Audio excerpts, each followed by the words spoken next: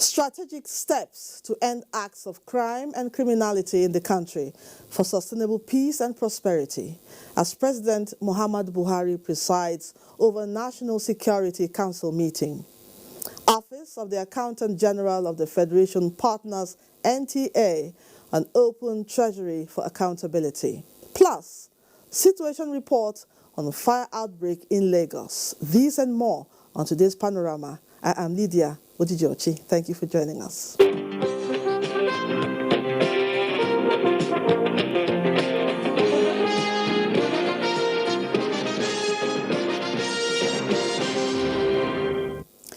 A crucial meeting of the National Security Council has ended with a promise to take more proactive and decisive measures towards bringing to an end acts of crime and criminality in the country for sustainable peace and prosperity.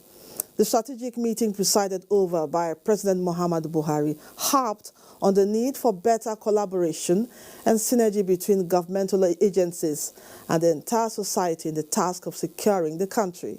State House correspondent Adamu Sambu has details.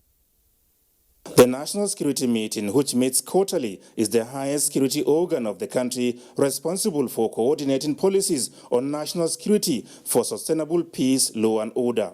Presided over by President Muhammadu Buhari, the meeting, first for the year 2020, had in attendance Vice President Yemi Osinbajo, National Security Advisor, Ministers of Defense, Interior and Police Affairs, Service Chiefs, and the Inspector General of Police. Directors General, Department of State Services, the National Intelligence Agency, and the Chief of Defense Intelligence were also present. The meeting, held behind closed doors, appraised the current security situation in the country and resolved to take far-reaching measures towards finding solutions comprehensively. No one is oblivious of the enormity of the problems at hand. Government is aware, and that is why we had this meeting at the highest level. The issue of security in the context of the 21st century is not an issue of just arms and ammunition or robbers and gangsters. It's a multiple situation. The canvas is very, very extensive, and we're looking at it. Everybody understands the need for a whole of government approach in collaboration with the whole of society approach to achieve a whole of nation approach. This situation requires everybody in the country to work together to deal with these challenges. So where there are gaps, we need to fill these gaps to deal with this problem in a comprehensive manner. The National Security Advisor, flanked by the Ministers of Defense, Interior and Police Affairs, Inspector General of Police and Director General, Department of State Services, said discussions at the meeting did not center on any of the resolutions by the National Assembly last Wednesday in respect of the nation's security situation. In fact, the Senior Special Assistant to the President on Media and Publicity, Garba Shehu, told NTA News that the meeting had no connection whatsoever with what happened at the National Assembly. The President, for some time, has scheduled a day every week for the holding of security meetings. So the President decides from his vintage position as President and Commander-in-Chief. There are things he sees that a lot of the critics don't see. And it is for Nigerians to give him the benefit of the doubt. He knows what to do. He will hold back nothing from dealing with these rogue elements that have made life difficult for our citizens. He said the President is committed to doing everything that can be done to make Nigeria, Nigerians, and indeed the sub-region safer for all, saying, however, that this requires the hands of everyone to be on the table towards achieving the desired results. From the State House, Adamu Sambu, NTA News. President Muhammadu Buhari has received in audience former President Goodluck Ebele Jonathan. State House correspondent Adamu Sambu reports that the visit by the former leader was the second in the last 3 months. Details of their high-level discussions held behind closed doors were not made public. Former President Jonathan did not speak to newsmen after the meeting, which lasted about 30 minutes. This is the third formal engagement between President Buhari and the former Nigerian leader since coming to power in 2015. Former President Jonathan, however, attended the National Council of State meeting once under the Buhari presidency.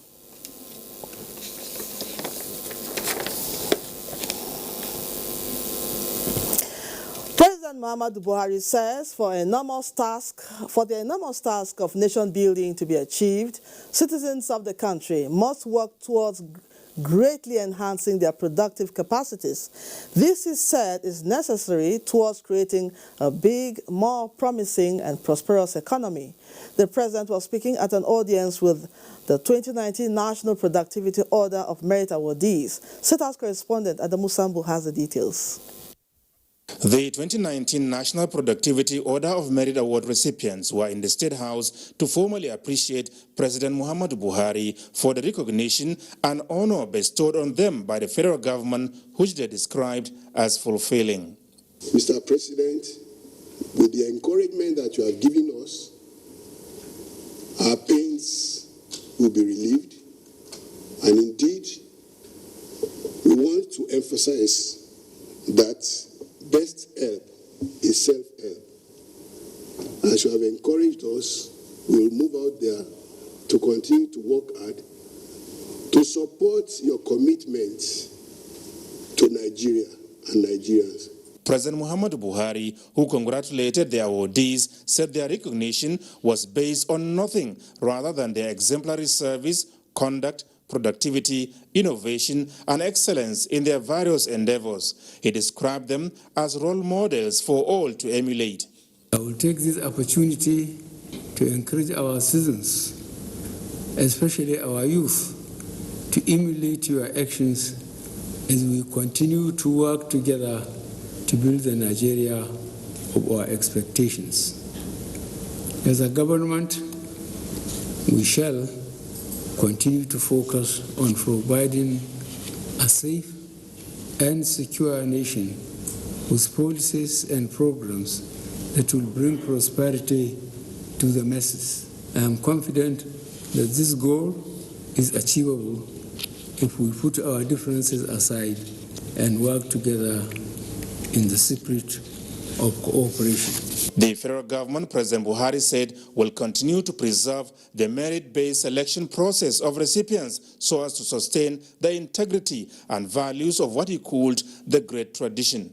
I am informed that the National Productivity Center will, on an annual basis, organize forums for first awardees to come together and exchange ideas on how to encourage selfless service and commitment on our day-to-day lives. Your tangible contributions towards protecting, developing, and enhancing our country and its citizens are your lasting legacy.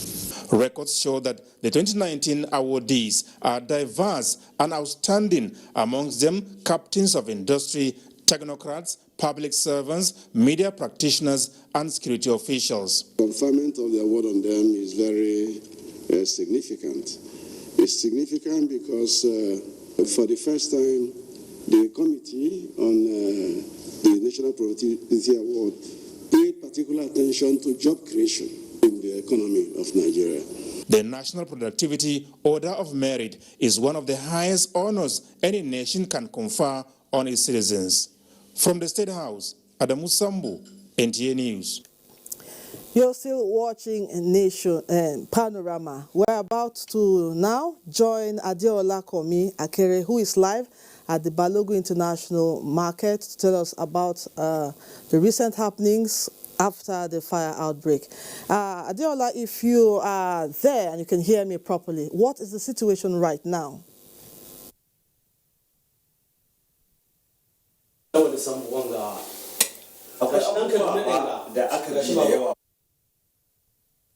See, after 3 days, we can still see that it's still burning in some areas. Just to my right behind me here, we can still see some flames. I am actually on Sunny Adewale Street. The incidents affected buildings on Sunny Adewale and, of course, Martin Street in Balogun Market in Lagos. But currently, LASEMA, that's talking about the Lagos State Emergency Management Agency, they are on ground demolishing the buildings, as you can see just behind me here. It's going to take them over 2 weeks from what we gathered, and that is because there's fire still burning even under the rubble, and some goods are also caught up under the rubble, and they are hopeful that maybe the first rain of the year will just fall and douse the fire. It's really dusty, the smoke, and everybody's wearing the nose masks just to prevent the dust from entering them. But what we are seeing now, it's going to take a whole lot. This is indeed a colossal loss. Billions of naira have gone down here. 10 buildings were actually affected, and the ones that caved in themselves is what the LASEMA team, they are trying to level. And if you just see also on the other side of Martin's, I beg your pardon, Sunny Adewale Street, we'll see about four buildings. We're seeing the structures burnt and really shaky. The LASEMA officer told me that he's not sure if they are going to bring this down, but they have to, structural engineers have to come and evaluate the building to know the next action to take. And right now, I have Mr. Olumese. He also informed me that his wife just returned from China, where she went to buy goods for the year. Now, we know it was, Mr. Olumese, we know it was, you can face the camera, please. Okay. We know it was the generator that sparked it. That's correct. What was the situation that day? And what do you think is the solution to stop fire incidences? That very day was a very big chaos. And at the end of the day, there was a lot of commotion everywhere. And people were running helter-skelter. Even there was some that have some burn injuries and all the rest. And there was pocket of tips on that very day. Things were not really the way we expected, because we were not expecting that incident to happen. But as it came, everybody was running helter-skelter. People were trying to retrieve their goods, but it was not forthcoming. And I'm looking at it that some of these houses are so jumped together. That is why when the fire brigade came around, it was difficult for them to actually work effectively. And that is one of the reasons why the fire spread to 10 buildings, on both 4 in Martin Street and 6 in Sunny Adewale Street. Okay, now, is there any policy from the government to, try and arrange how to bring electricity to the market? I mean, try something other than generating sets. There have not been anything like that. But if the government is willing to do that, maybe give us a plant. We, the marketer, are interested in supporting the government, but no plan of that nature. And every building run their own generator. That has been the case. Okay.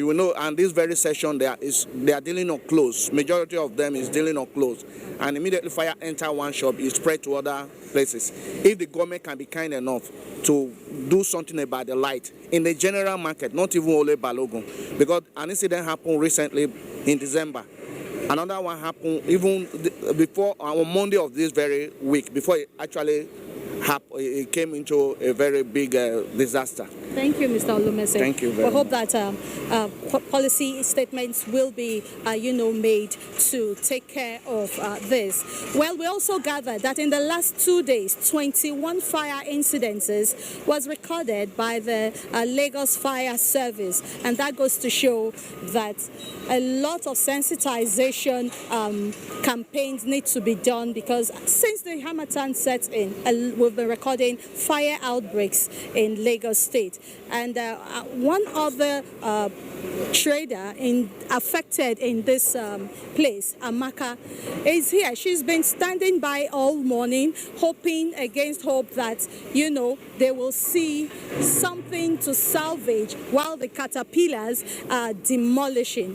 Just something to give them a bit smile on their face. Amaka, how do you feel now? Ever since that day, I've been so lonely, so heartbroken. And also, since then, my boss has been at home crying like a baby. He's begging on behalf of the government to please help us, our leaders, our viewer who is watching us, and also to pray to God that this should not happen again. Because we have a sign on Saturday Okay, thank you, Amaka. We hope that the government, they've heard, and we hope that people will take safety seriously and don't just think that it doesn't happen, it hasn't happened to me, it won't happen. It may happen to you or someone you love. So, and that's the update on the fire outbreak here at the Balogun Stadium. So it's back to you, Lydia. Thank you so much, Adeola. Really, that is one fire outbreak too many. We hope we don't have to witness anymore. Thank you so much, Adeola, for that update. Moving on Panorama, the Office of the Accountant General of the Federation has started its public sensitization on financial transparency with the Nigerian Television Authority. Project Officer Arab Kolo, while introducing the finance staff of the Nigerian Television Authority to the transparency portal, said the policy is irreversible and urged public servants to urgently key in. Leah Katun Babatunde has more.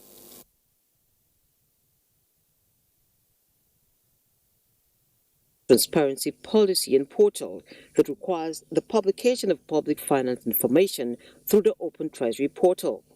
The idea is to entrench transparency and accountability to the public and cooperating partners as part of ongoing reforms in the public finance management space. The Office of the Accountant General is embarking on massive sensitization in line with open government partnerships with Nigeria has assented to. The Nigerian Television Authority (NTA) is an early bird as the Finance Directorate meets in Abuja ahead of the take-up of the Finance Law, February 2, 2020. That is why we partner with the Office of the Accountant General to train our staff so that we key into it without any problem. The first thing is accountability. Now it's transparency. Whenever a policy is introduced, especially financial policy, we are always the first to key in. And also we want to mobilize civil society organizations to show interest in the information they are getting from the portal so that we can fine-tune governance for the betterment of citizens. This training is crucial for transparency as the staff get to interface deeply. Accountability, driven by technology, remains at the center of ongoing reforms for better service delivery. All what you are doing, you must publish it so that in such a way that people will look at it and assess it and give you mark. With this, NTA is poised to become a trailblazer in good governance through strategic partnerships such as this with the Office of the Accountant General. In Abuja, Leah Katumba Babatunde, NTA News. This is Panorama. It's time for a break. We'll be right back in a moment. Don't go away. Sacrifices for immediate but temporary gains of today. Let us emphasize what unites and not what divides us. Working for the unity of purpose with a stronger vision for a better tomorrow. NTA, growing with the nation. Together, no matter where you come from, no matter your religion, we are one. Let's live together. Let's stop fighting each other. Let us live as one. It doesn't matter where you come from, your tribe or religion, man, woman or child. It doesn't matter who you are. Put Nigeria first. No matter where you come from, no matter your religion, we are one. Let's live together. How can we develop when we're always in crisis? Families have become refugees in their country. No matter matter our differences, show some understanding. No matter where you come from, no matter your religion, we are one. Let's live together. Nigeria, the only country we can train with remarkable potentials to excel. Let us believe in ourselves and change our attitude for the sake of our country and generations unborn. Let us revive our cultural values, which are our essence as a nation. Let us renew the spirit of patriotism and hope in our dear country. Do not take or give bribe. Be punctual always. No more African time. We can't expect to be global citizens and operate on African time. Join the queue. Insist that people are attended to on a first-come basis, no matter who they are or where they come from. Nigeria, good people, great nation.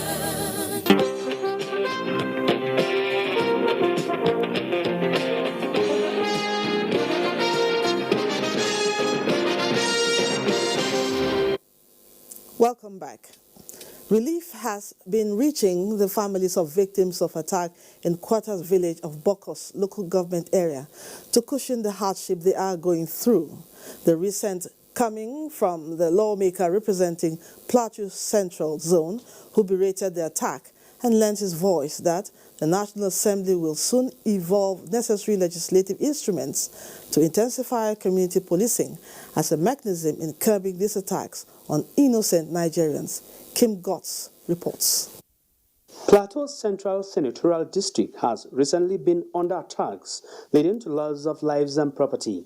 The recent, which occurred in Quarters Village, Marish and Sabon Barki communities in Bokos local government area, has continued to raise concerns on how to clear trenches of Aslan's hideouts through effective community policing. Senator representing Plateau Central Senatorial District, Hezekiah Dimka, took out time to condole victims of Quarters Village at Bokos Cottage Hospital and over 200 internally displaced persons in camp, where he made cash and relief material donations. The lawmaker described the attack as provocative and called for a razor-edged security system to tackle internal insecurity in the area. We have to put our heads together and be sure that we have something good that will protect our people. Our security agencies are all around. The military, the police, SDSS, they're all everywhere, even vigilante. Advise people to remain calm. He also assured the people of Plateau Central of collaboration with his colleagues at the Red Chambers to bring to an end the attacks in the state. These attacks are coming in the wake of a series of peace efforts by government to ensure lasting peace returns to the state. In Jos, Kim Gotts, NTA News. And now sports. National Anti-Doping Committee intensifies campaign against doping in sports. Ayo Deji Makinde is our guide on sports update. Ahead of the 2020 Para Powerlifting World Cup in Abuja from February 4 to 7, Team Nigeria athletes continue to fine-tune preparations at the Gymnasium Package B of the Moshood Abiola National Stadium. 120 male and female para powerlifters in both junior and senior categories will test their might against contemporaries from over 40 countries as the bid to qualify for 2020 Tokyo Paralympic Games. The Nigerian Television Authority has expressed its readiness to intensify ongoing fight against the scourge of doping in sports. The Director General NTA Yakubu Ibn Mohammed, represented by Director News Halima Musa, stated this while receiving a delegation from the National Anti-Doping Committee, led by its chairman Olanrewaju Kazim in Abuja. NTA is always there for anything that is good for Nigeria. Anything that would protect and preserve the integrity of the country, we are at the forefront of it. So consider NTA a partner. When there is this enlightenment, people will know the advantage in play clean. In tennis, Novak Djokovic moved a step closer to retain the Australian Open title with a straight-set semi-final win over world number 3 Roger Federer. The Serbian, who is aiming for his 17th Grand Slam title, beat Swiss maestro 7-6, 6463 at Rod Laver Arena. Meanwhile, Gabinye Muguruza will on Saturday face Sofia Henin in the final of women's singles. Muguruza outplayed Romania's Simona Halep 7-6, 7-5, while Sofia Henin also stunned Ashley Barty 7-6, 7-5. With sports update, Ayodeji, Makinde NTA News. And that ends Panorama for now. Nationwide will be at 4. Do watch out for that. Good afternoon.